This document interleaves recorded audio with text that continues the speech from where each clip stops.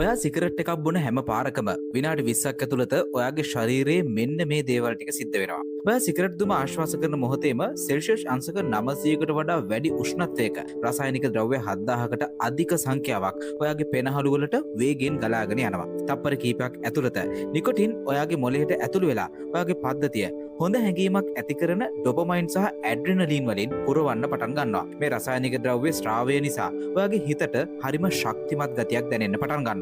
මේක මෙතනින් නතර වෙන්නේ නැහැ. ඔයාගේ ශ්වසන මාර්ගයේ දූවිලි අංශු බැක්ටීරියා වගේ දේවල් වලින් ආරක්ෂා කරන සීලියා නම් අන්වීක්ෂීය රෝම මේ දුම් එක්ක එන කිමිකල් වලින් අඩපණ කරලා දානවා. ඒ වගේම බේරිලා එන කිමිකල් ටික ඔයාගේ රුධිරයේ ඇති ඔක්සිජන් වෙනුවට කාබන් මොනොක්සයිඩ් කියන විෂ වායුව හදන්න පටන් ගන්නවා.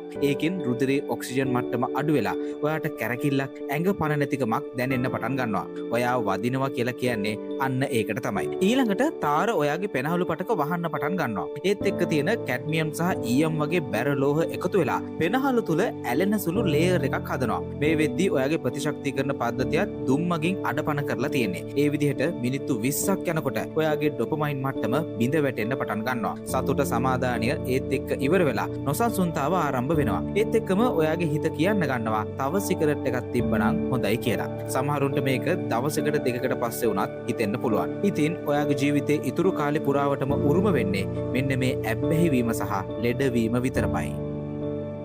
ඔබට කුමන හෝ මත්ද්‍රව්‍යකින් මිදීමට අවශ්‍යද? මේක නිකම්ම